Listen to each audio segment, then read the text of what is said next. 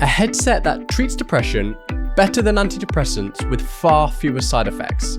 Sounds too good to be true. But is it? Let's find out. People have been depressed for 20 years and tried everything, and now they try this, and it changed their whole lives. I'm Ollie Gu, and welcome to Hack It Health and Fitness, where I meet the people behind some of the most interesting health innovations, technology, and fitness hacks on the market.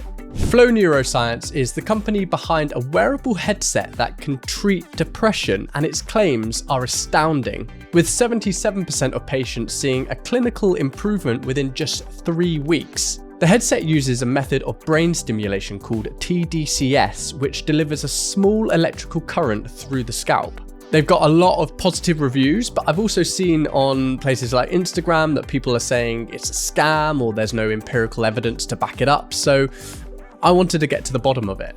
What is the science behind Flow's headset? How is it treating depression, and how is it beating antidepressants? I'm pleased to say the co-founder of Flow, Daniel Månsson, is here to answer all of my questions. Daniel, thank you so much for joining me on Hack It. I really appreciate you coming on the show. Thank you for inviting me. It's a pleasure to be here. So I want to kick off with a question which will set up the rest of the interview. I think it's important to set this up first. What is actually happening inside our brain when we experience depression? Oh, you're starting out with the easy question. That's a big one. I would say, first of all, that depression is something that happens in the brain, but of course is started, if you may, by genetic predispositions, by environmental changes, maybe, and a bunch of other things that lead up to depression. But we have observed a couple of things in the literature about what's actually different in the depressed brain. And one of them, which is very important when we come to talk about the treatment later on, is that people with depression have often a lower activity. When I say activity, I mean electrical activity, so firing of the neurons, in the left part of the frontal part of the brain. So in neuroscience language, you would say the left dorsolateral prefrontal cortex. So you often have the depressed person often have a lower activity, so fewer firings in that particular part of the brain. Then there are many other things that could be discussed for a long period of time, but I would say that is one important part. What is the Flow Neuroscience headset, and how does it work exactly then in the treatment of depression? So what the Flow headset is doing is that it's using a technology called tDCS, which stands for transcranial direct current stimulation. And what this technology is doing is that it's sending in a very gentle, weak current, 2.0 milliamps. So it's the equivalent of this like 9-volt batteries that you have in your remote control. So it's a very weak current, but nevertheless, you send it in on this area called the left dorsolateral prefrontal cortex. And you will hear that a lot through this interview, that wording. By sending in the current, you get the neurons that is positioned beneath the electrode on this side to get a little bit more fired up. You push them towards the firing point with this current, which means that they fire more. So that is what's happening in the short term. In the long term, because you want this to be a treatment that works right away, right now you start to affect the brain, but also you want a long-term effect so that people don't go back into depression. So the long-term effect is something, it's a neuroscience term, it's called LTP, long-term potentiation. So you're trying to get the neurons in this particular area that I mentioned to become more connected and therefore fire more in this area long-term. So it's one thing to get them to fire right away, but then also to get them to connect better, more, and fire in the long term. So that is what the tDCS part of the Flow treatment is. It's a very basic headset that you put on your head, that you can use at home, and you use it for 30 minutes per day, a little bit more intense for the first 3 weeks, so that's almost every day, and then for another 2 to 3 times per week after that. You do that in combination with something that we have developed, which is an app that delivers behavioral therapy, you could call it. So it's an app that you go through, and we have different sections where the person who's using it is being taught about depression, what it is, but also how to affect it themselves by using exercise, eating correctly, meditating, and sleeping in a correct way, you could say, in order to remove those depression symptoms. So it's a combination product that you can use at home. The literature around transcranial direct current stimulation is still relatively nascent. I mean, there's not loads of it, right? But what there is very positive in how quickly it treats depression and its effectiveness. But how do you know for sure that you've got really high success rates, at least from what I've seen on your website? How do you know that the effects aren't purely because of the behavioral therapy, which we know helps to reduce signs and symptoms of depression within the app that you're offering people as a combination therapy? How do you know it's not just that, and that the tDCS is actually having some sort of impact too? Yeah, that's extremely important to understand. So what's been done so far for the last, I would say, 25 years, there's been serious research done on tDCS only. So there's been a bunch of RCTs, which is the placebo-controlled double-blind RCT studies, the gold standard of scientific studies, done on tDCS versus what you call sham or placebo devices. And there you can clearly see there's a difference, an effect, both statistically significant difference and clinically significant difference. So that's been very clear for, I would say, the last 7 to 10 years or something like that in the big meta-analysis. Then we wanted to do something a little bit different, so we added more stimulation session than what is I would say in the literature from before, and also a couple of other things that is our kind of secret sauce for this specific device. And we could show that in a, again, double-blinded, sham-controlled RCT study, our specific headset, so tDCS, versus our specific headset that was sham, placebo, so it didn't really stimulate. The difference between them were very, very big. And this is what you can see on the website and so on. That didn't include the behavioral therapy programs, so those numbers are only for tDCS. So that body of evidence shows that tDCS is effective in the most scientifically rigorous way. The BT part comes on top of that. Is the behavioral therapy part to ensure that the results are long-term? I mean, I don't know how long-term the transcranial direct current stimulation is on its own, but why include the behavioral therapy if you're able to treat depression with this alone? You know, it's in a way, it's sort of the golden ticket, isn't it? It's easier for patients. They're just, I'll just put on the headset and I'm done. I don't have to then go on the app and put more of myself into this process. Is it because it's not a long-term solution unless you have those long-term coping strategies? So tDCS has been shown to be effective for 6 to 12 months, meaning that that's the length of the studies, which is quite normal, even if you look at the, should we say, the gold standard right now, even though it's not really gold standard, but the antidepressants out there. They are not very long studies on those pharmaceutical solutions. So this is the normal measurement period. So they are, we don't have head-to-head studies, but they are, if you compare effect sizes and so on for the same amount of time, it seems like they are equally effective over time. So that's on tDCS. Why would you do behavioral therapy? That's a good question. I'm a clinical psychologist myself. I believe in therapy. I believe, and this is not therapy, this is behavioral changes. It's a behavioral change program. But we know from the studies that we present in the app that all of these things, if done by the user, are very, very effective in treating depression also. So coming back to what I said before, that there are many different reasons for why you become depressed, and there are many different remedies to it also. Some more effective, some less effective. But you should see it as a toolbox of things that you can use in order to combat this very, very difficult disease.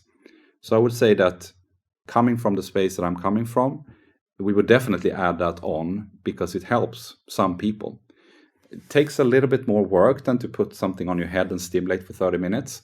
But what we have noticed in our in-depth interviews with our users, but also quantitative data, is that people that actually do it and people that say that they use the headset first in order to get this extra energy to then be able to change their behavior, maybe eating better, maybe sleeping in a better way and so on, becomes even better than just using the headset. And it's significant. Do you think also talking about it in this sort of mechanistic way and acknowledging to patients that actually the reason for your depression is because your brain has low level of functioning in a certain area, sort of takes away some of that personal responsibility for their depression. They don't have to feel that sort of shame in the same way, like, oh, why am I depressed? Why can't I just kick myself out of it? They understand that actually there's this underlying thing that is just a part of their brain and it just operates differently. Do you think it helps with that feeling of personal responsibility? Absolutely. Makes life a little bit easier to have explanations for things.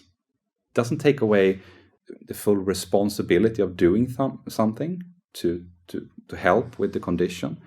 But I think it's a lot easier if you have a kind of understanding that is a little bit more mechanistic than how we have described it in the past, I think. You can stop blaming yourself in a way. Exactly. You can stop blaming yourself. You can see that there are many different things you can do to attack it, which I think helps. Yeah. You mentioned antidepressants, of course, and that there seems to be fairly similar results in terms of the effects and the long-term effects of antidepressants versus tDCS. But you say you obviously you very neatly said it's the gold standard, but it's not really a gold standard. How does it compare in all other aspects, antidepressants versus what your headset does? Yeah, I should first say that we are absolutely not against any form of treatment that have any form of evidence behind it, scientifically rigorous evidence.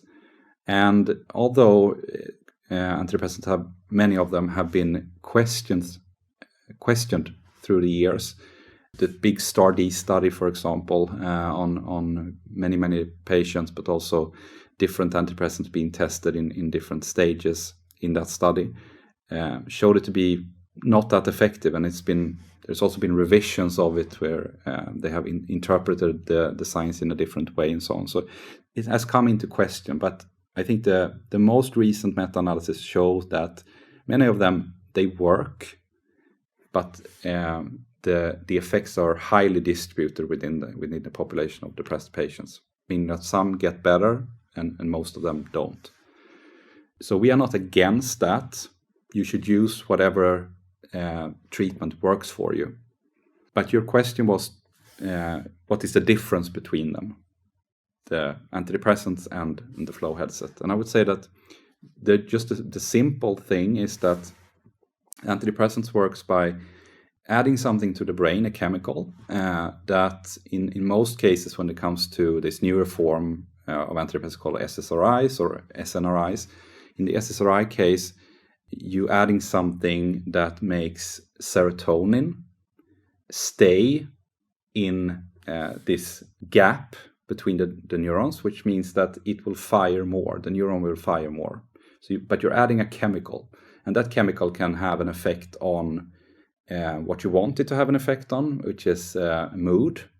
But it can also have an effect on many other things that uses serotonin as a neurotransporter.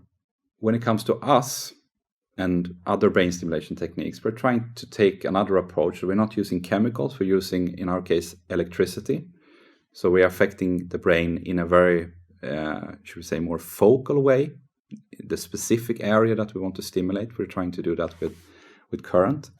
But essentially, we're trying to get the neurons to fire more in the area that we want it to fire more. So that's the same, but they're using chemicals, we're using electricity. Then there are many other different aspects of it. So the serotonin system is more spread over the brain. We are trying to affect, again, this left dorsolateral prefrontal cortex, which then leads down into the limbic system and so on and so forth. So many differences, but essentially we're trying to do the same thing. Yeah, and side effects being probably one of the biggest differences, in that the headset that you provide is considered very, very safe. I mean, there are very minor side effects which maybe you can talk about, but compared to what the side effects of antidepressants, I mean, it's worlds apart, isn't it? That's true, and that's exactly it's connected to what I said before.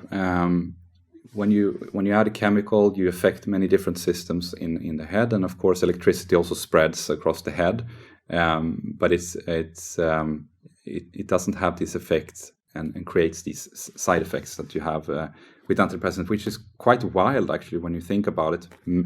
More than 60% get this sexual effects that where you go impotent, or you have a problem if you're a woman also, and many other problems with increased anxiety in some groups. You have an increased anxiety that could actually lead to an increase in suicide for the younger people and so on. So it's serious side effects. But again, if it works and if you don't have the side effects and you talk to your doctor about it and so on, then absolutely you should use antidepressants. We're just adding another tool in the toolbox. And you touched upon what kind of side effects we have. So tDCS in general, considered extremely safe compared to many other treatments, but you have the redness in the skin underneath the electrodes because you get a little bit warm in that area, but that goes away. You have skin dryness, for example, we saw in our study, and I think the thing that's been discussed a little bit back and forth is if you have already tinnitus, you can also get an increase in intensity of tinnitus, which is definitely problematic for the people that happens for. But it's turned out to be less than 1%. Because that can lead to depression, can't it? Absolutely. Tinnitus is a serious thing, and we take it very, very seriously, and everyone who's involved in the field take it seriously. But it's been some debate whether it actually is something that naturally occurring. For example, many of our patients, our users, take an antidepressant at the same time. That can also be inducing tinnitus, and of course many other things. And tinnitus can just get worse over time? It can, naturally occurring, yes. So there's been debate in the field, and I think the latest meta-analysis, depending on which one you look at, showed that it isn't a problem, but still we treat it as it is a problem, trying to reduce it. So given that you've mentioned that the research into tDCS has been going on for quite a few years now, why haven't we switched what is considered as the gold standard? Why isn't that now the main focus for clinicians to prescribe to their patients rather than antidepressants? Why haven't we made that shift yet? It's a good question. There are many different movements that in my opinion should be definitely accelerated. But healthcare is a slow-moving field, and actually it's easy for me to sit and say that, yeah, it should have been rolled out right away. But I actually don't think that. I actually think that we should be very cautious, and it's not a rhetorical, I'm sitting here trying to be a nice person and trying to be careful with what I say. I actually believe that we should be very, very careful. Clinicians and the research field, all the different professors and so on in the different countries and in the different fields, not just like psychiatry and brain stimulation, but psychology and so on, they should look at it very critically. They should look at the studies. Are they published in great journals? What does the data actually say and so on? Can it be replicated and so on before you start rolling it out to millions of patients? And is it safe, of course? That's the safe aspect. It's been researched for a very, very long period of time. When it comes to efficacy, that's, as you said, more nascent. I would say the big studies started coming out in 2017, maybe 2014, and then been accelerated. But it takes time. It needs to build up. On the other hand, when you actually roll it out, it will stay for a long period of time. Do you think also there's a slight issue that there's a barrier in public perception that a hurdle that you'll need to get over before it becomes rolled out as the main way of treating depression? And that barrier is we have used antidepressants so liberally, especially in the last few years, that a headset like yours comes along, promises to treat depression with amazing statistics on effectiveness and safety, and people go, that just sounds too good to be true. I don't believe it. I'm not even going to bother trying it because it just sounds like one of those things which is too good to be true. Yeah, absolutely. And to be honest, because I heard this argument before, and when I thought about it then, I was like, well, sure, too good to be true, but that's not really an argument. That's not really people will accept. But I do believe that, and we have noticed that in some circumstances when we present data that people go, this is a con, this is they think about Elizabeth Holmes and the whole Theranos thing, and it's actually a problem. What we have also noticed is that when you see real people using it, and you can talk to them, maybe through the forum, we have a quite big Facebook forum now, you can see the reviews, but people are a little bit they don't really trust the reviews anymore. Everybody can kind of buy reviews, it seems. Mm-hmm. And our reviews are we ask people to give reviews, but they are 100% honest reviews. You can see that sometimes when people go back and say, I returned this because it didn't work. There are reviews like that also, but you can also see these absolutely fantastic, amazing, life-changing and life-saving reviews where people have been depressed for 20 years and tried everything, and now they try this and it actually, they changed their whole lives. So going back to your question, I think it is a problem, but with an increasing amount of users, that kind of goes away, and then you have more of a ketchup effect. Because when you realize that, okay, this is actually for real, this can actually help, then it becomes almost the opposite. It's like people believe it works for everyone and for everything. And that's also a problem. But for now, I think we are in a little bit of a transition period.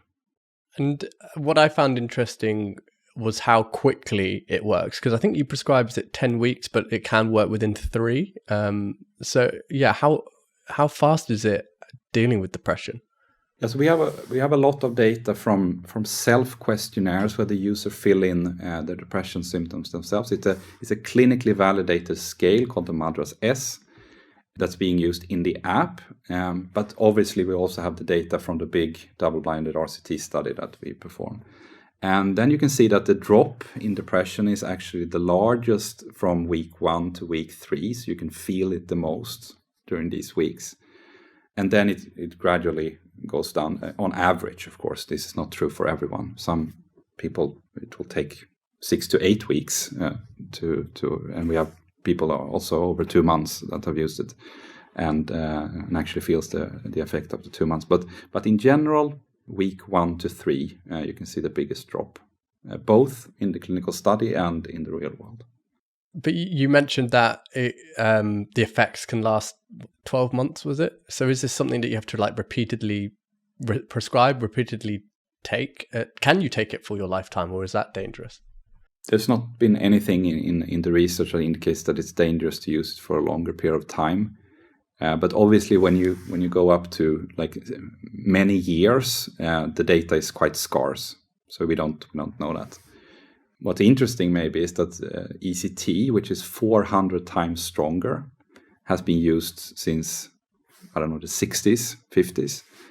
And it's, by the way, a very, very effective treatment, although it's been scrutinized and people have had problems with memory and so on that we have to recognize. But it's a very, very effective treatment for a very severe depression.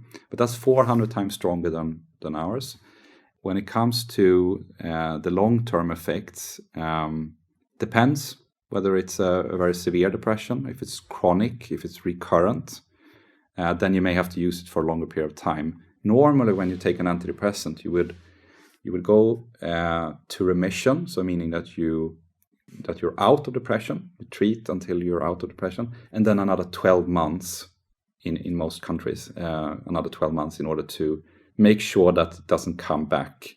And this is what we have been advised to do also, because it's the same disease. Either you have an antidepressant or you have a tDCS headset. So we would advise to go up to 12 months. But that is highly independent on the person. You mentioned some of the reviews, people, to showcase that they're honest reviews. Some people say it didn't work, sent it back. And you do have a return policy. I think it's 30 days return policy if it doesn't work for you. Do you know what's happening in the brains of people for who it isn't working? Like, what's going on? If it's treating so many other people, why not them? It's a very good question also. If I knew that, I would be a very happy person, more happy than I am. I would say that we are looking into that. It's the same for many other treatments. When it comes to antidepressants, we can see that there's a large group of patients that are what we call treatment resistant. So meaning that they have tried 2 or more antidepressants at an adequate dose, but haven't gotten any effect. And then they are deemed in at least in an academic setting, they're called treatment resistant. Doesn't mean that they can't be treated, but yeah, that's the way they're termed. And we have those people in a sense also. So we know that there's a group of people that doesn't get treated by tDCS. Why that is, we are looking into it, we're researching it. Maybe a dosage question.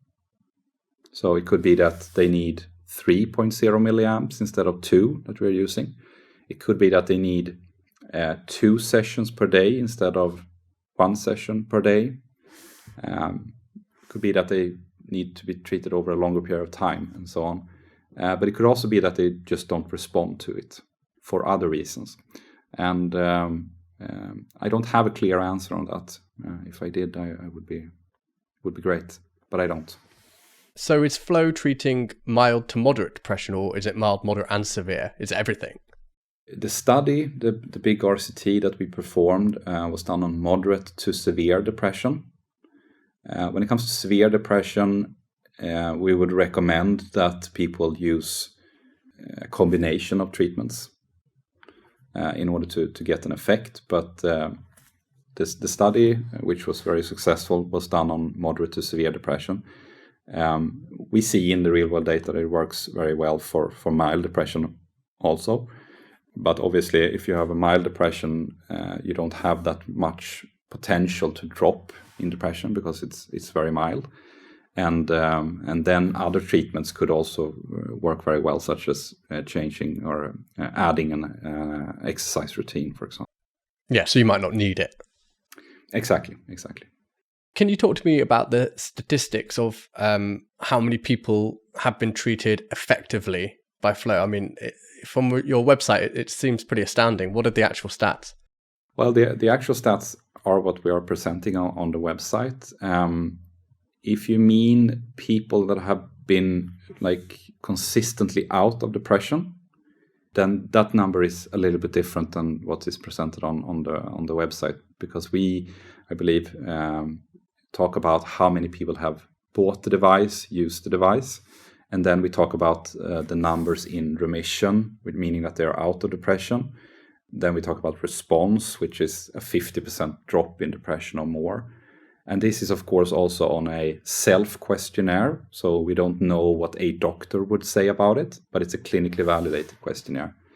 And that statistic is combined then with the data that we have from the study, which is actually better than in the real world, because the real world, then you have many comorbidities, maybe you have some kind of medication that is decreasing the effect of the stimulation and so on. So I would say that the official statistic is that 22,000, let's say that, it changes on a daily basis, but 22,000 people have been using the device.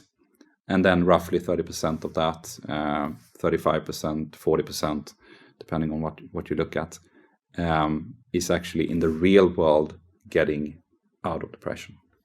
I'd like to talk a little bit about the origin story of Flow Neuroscience, how it got started, and also the fact that, I mean, you've partnered now with the NHS in one part of the country, but you're also offering something which previously was only available in a clinical setting. So how did Flow get started, and what was like the catalyst for that? Well, I would say it started in a personal story. So as I mentioned before, I'm a clinical psychologist. I did my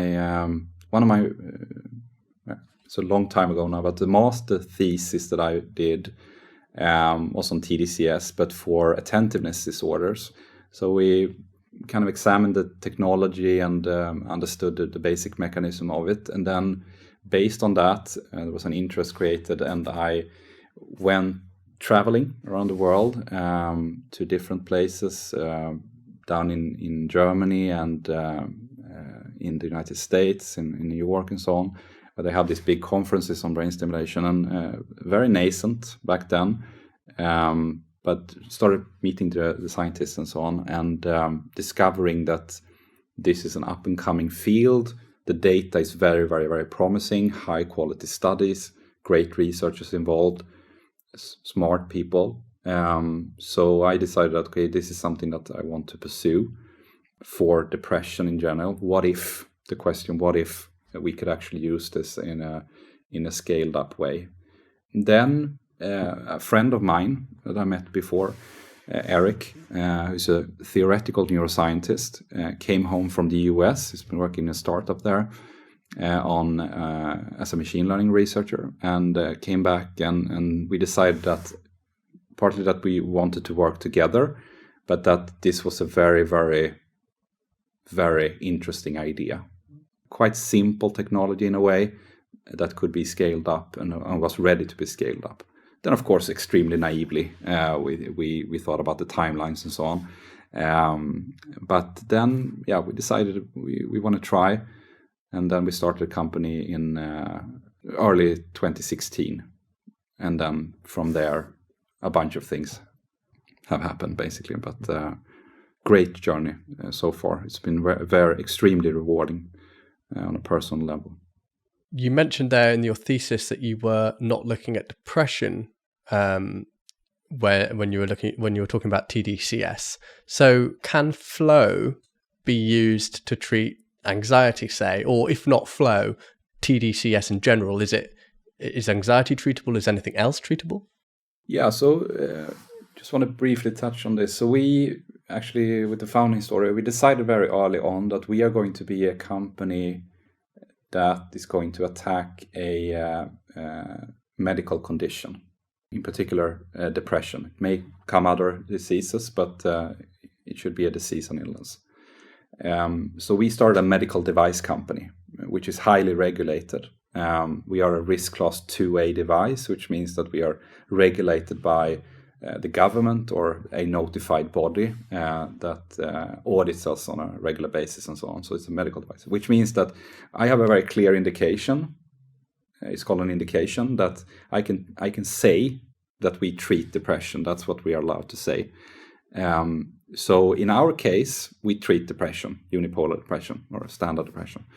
tDCS, though, is a different story. There are many, many different trials on many, many different conditions that have been more or less successful. Anxiety Then you have to go into details, and you would have to say maybe generalized anxiety disorder. There are some successful trials on that. I haven't seen the really, really big ones, but the high quality multi-center double-blinded placebo-controlled trials. But there are some promising ones. There are trials on PTSD that looks also promising. Trials partly on tDCS, but also on tACS, which is a different form of stimulation that works very well for ADHD and many other conditions. Basically, everything that is in the brain, which is a lot of diseases. What's most promising, but very, very small studies, but very, very interesting, is tACS for Alzheimer's disease.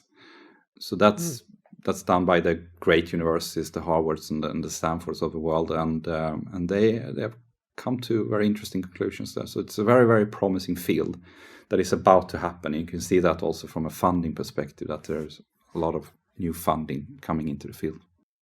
So you can only say that you treat depression right now, but in the future, do you see there being a future where Flow looks to start to experiment with treating other conditions if the research catches up and if you get the go ahead to do that? Oh yeah, absolutely. So we already have, and that I can talk about, we already have one study on bipolar disorder that was quite successful, or very successful, but it was an open label study, which means that it wasn't placebo controlled. Because we hold ourselves to very high standards, we don't even talk about it because it's an open label study, but it shows extremely promising results, which could then lead into a new indication for this device, meaning that we can treat that condition, but we're not there yet. It's in our pipeline, as we say. So for you, what's the ideal future for Flow? Is it that it becomes more recognized as a treatment, as an alternative to antidepressants, and then becomes rolled out? I mentioned that your products are being used in one NHS in the country. I believe it's one. Would you like that? Would you like to see that to be a countrywide thing? Absolutely. The company was set up from the beginning to have an impact, a real impact, measurable impact on depression, whatever that means. So we believe that there are different things that is needed in order to do that. One is the effect. We have that. We have proven that. But then there is scalability or access.